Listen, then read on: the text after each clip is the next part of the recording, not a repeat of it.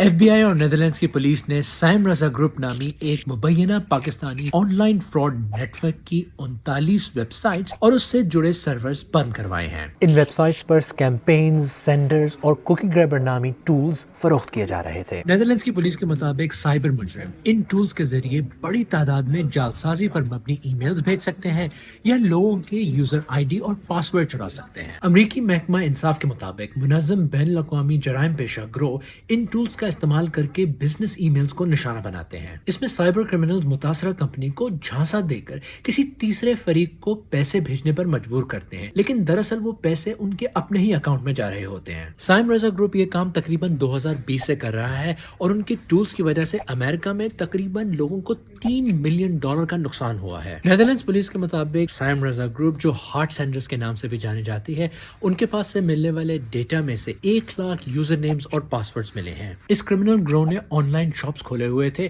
جس کے اشتہار یوٹیوب پر چلتے تھے تاکہ ڈیجیٹل فراڈ میں استعمال ہونے والے ٹولز بیچے جا سکیں۔ سائم رضا گروپ اپنے ٹولز کو دھوکہ دینے کے لیے استعمال کرنے کی انسٹرکشن ویڈیوز یوٹیوب پر بھی ڈال رہے تھے۔ پاکستان میں موجود سائبر کرمنلز کا یہ مبینہ گروہ دی مینیپولیٹر کے نام سے بھی جانا جاتا ہے۔ FBI اور نیدرلینڈز پولیس کی جانب سے کی جانے والی تحقیق میں سائم رضا گروپ کے پیچھے افراد کا اتا پتہ اور اس کے بارے میں مزید معلومات نہیں دی گئی ہیں۔